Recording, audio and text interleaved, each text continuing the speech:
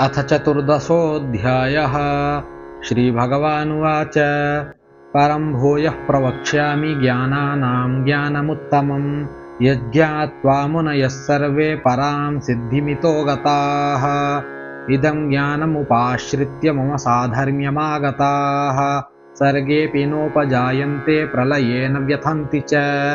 मम योनिर्महद्ब्रह्म तस्मिन् गर्भं दधाम्यहम्। सम्भवः सर्वभूतानां ततो भवति भारत।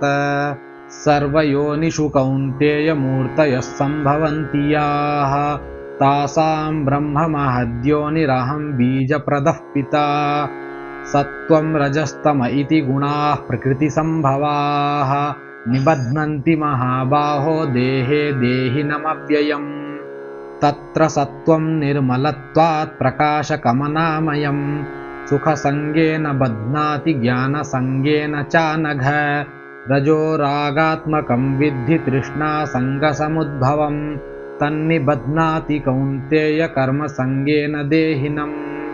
तमस्त्वज्ञानजं विद्धि मोहनं सर्वदेहिनां प्रमादालस्य निद्राभिस्तन्निबध्नाति भारत।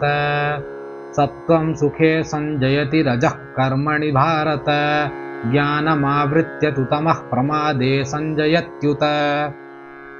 रजस्तमश्चाभिभूय सत्त्वं भवति भारत रजः सत्त्वं तमश्चैव तमः सत्त्वं रजस्तथा। सर्वद्वारेषु देहेऽस्मिन् प्रकाश उपजायते ज्ञानं यदा तदा विद्याद्विवृद्धं सत्त्वमित्युत। लोभः प्रवृत्तिरारम्भः कर्मणामशमस्पृहा रजस्येतानि जायन्ते विवृद्धे भरतर्षभ। अप्रकाशो प्रवृत्तिश्च प्रमादो मोह एव च तमस्येतानि जायन्ते विवृद्धे कुरु नन्दन। यदा सत्त्वे प्रवृद्धे तु प्रलयं याति देहभृत् तदोत्तमविदां लोकानमलान् प्रतिपद्यते। रजसि प्रलयं गत्वा कर्मसङ्गिषु जायते तथा प्रलीनस्तमसि मूढयोनिषु जायते।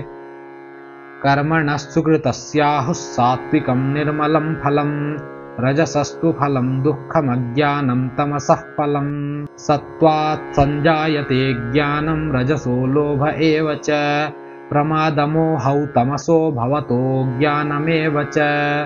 ऊर्ध्वं गच्छन्ति सत्त्वस्था मध्ये तिष्ठन्ति राजसाः जघन्यगुणवृत्तिस्था अधो गच्छन्ति तामसाः। नान्यं गुणेभ्यः कर्तारं यदा द्रष्टानुपश्यति गुणेभ्यश्च परं वेत्ति मद्भावं सोऽधिगच्छति। गुणानेतानतीत्यत्रीन् देही देहसमुद्भवान् जन्म मृत्युजरा दुःखैर्विमुक्तो मृतमश्नुते। अर्जुन उवाच कैर्लिङ्गैस्त्रीन् गुणानेतानतीतो भवति प्रभो किमाचारः कथं चैतान् स्त्रीन् गुणानतिवर्तते। श्रीभगवानुवाच प्रकाशं च प्रवृत्तिं च मोहमेव च पाण्डव न द्वेष्टि सम्प्रवृत्तानि न निवृत्तानि काङ्क्षति।